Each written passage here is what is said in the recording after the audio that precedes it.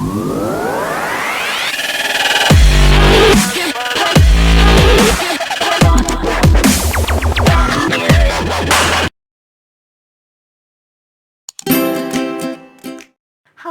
assalamualaikum warahmatullahi wabarakatuh. Kembali lagi di channel aku, Sinawang. Nah, kali ini aku nggak akan bahas materi, tapi aku pengen lanjutin video yang kemarin aku buat ya, pengalaman aku selama menjadi mahasiswa kebidanan.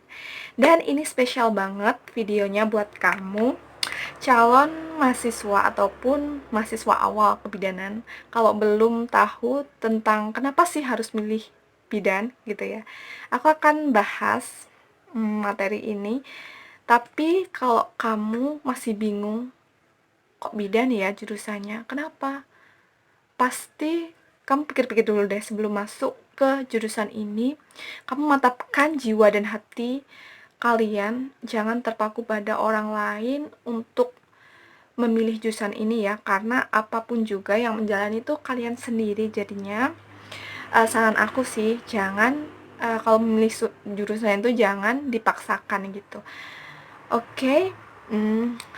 Ya, yang pertama kalau bidan itu ya harus bermental kuat. Artinya dia tuh tahan banting, harus mental kuat baja.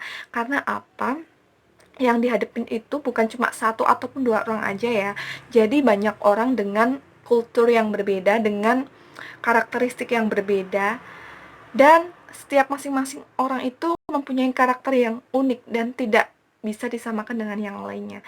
Itu kenapa bidan harus bakoh ataupun strong gitu.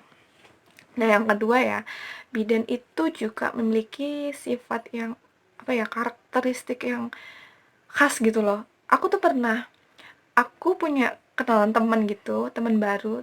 Dia tuh nggak ngerti background aku seperti apa, tapi dia tahu, oh, aku tuh anak bidan gitu. Jadinya mungkin karena karakter seseorang bidan itu punya ciri khas tersendiri, jadinya bisa mudah ditebak gitu loh. Entah itu mempunyai sopan santun ataupun menghargai, menghormati gitu, itu adalah ciri-cirinya. Hmm, iya, sebagian besar sih seperti itu.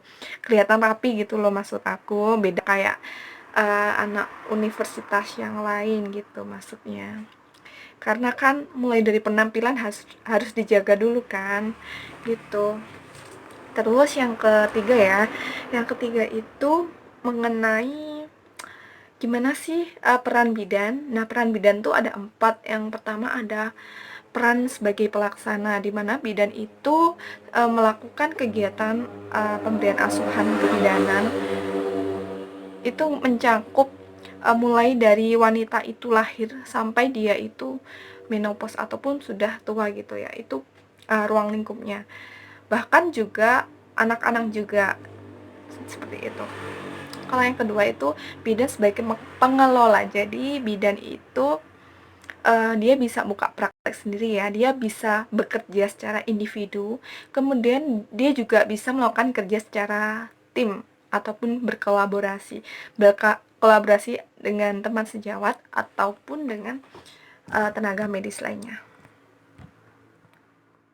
Oke ya, untuk selanjutnya itu ada bidan sebagai pendidik. Jadi kalian yang sudah melakukan pendidikan D3, kemudian lanjut D4, ataupun bahkan S2, itu juga berpeluang untuk menjadi bidan pendidik gitu. Sekarang kalau peraturan sekarang ada profesi juga ya harusnya, kalau dosen kebidanan, katanya sih gitu. Terus selain itu juga bidan juga bisa melakukan penelitian gitu. Itu perannya. Dan kalau kalian masuk jurusan kebidanan itu ada nilai plusnya loh. Kalian yang belum menikah itu kalau udah tahu gimana cara perawatannya ibu, gimana cara perawatan bayi, tentunya itu adalah nilai plus bagi kalian. Dan pada saat kalian menikah tentunya bisa diaplikasikan kan, itu ilmu-ilmu yang kita dapat kemudian bisa diaplikasikan ke anak kita, kemudian nanti gimana uh, kesehatan kita selanjutnya gitu. Jadinya bermanfaat banget buat diri kita sendiri juga lingkungan kita. Bahkan kalau kita juga bisa membantu orang-orang sekitar kita, wanita-wanita sekitar kita kalau butuh bantuan kalau tanya seputar kesehatan gitu, kita juga bisa memberikan kontribusi untuk menjawab atau memberikan edukasi gitu. Dan yang terakhir ya, yang terakhir itu mengenai yang terakhir itu kalau bidan itu biasanya kan enak ya buat dibuat curhat, karena apa, dia tuh diberikan bekal untuk konseling, dia diberikan bekal untuk bagaimana cara mengatasi hubungan intrapersonal dan interpersonal kita dalam memberikan pelayanan. Itu adalah nilai plus-plusnya. Terus kalau ada ibu atau kita bantu lahiran gitu ya, terus ibunya tuh terima kasih, nah itu tuh rasanya tuh pasti seneng banget, pasti semua bidan pasti seneng dan puas banget. Karena apa, nih tangan-tangan bidan itu sudah membantu proses lahiran, dan itu sebagai kontribusi banget dalam menurunkan angka kematian ibu dan angka kematian bayi. Oke, itu aja yang bisa aku sampaikan ya. Ya mungkin sedikit bermanfaat, kalau nggak ada bermanfaat nggak apa-apa deh, dibuang aja gitu. Oke, jangan lupa untuk subscribe, like, dan komen. Dadah.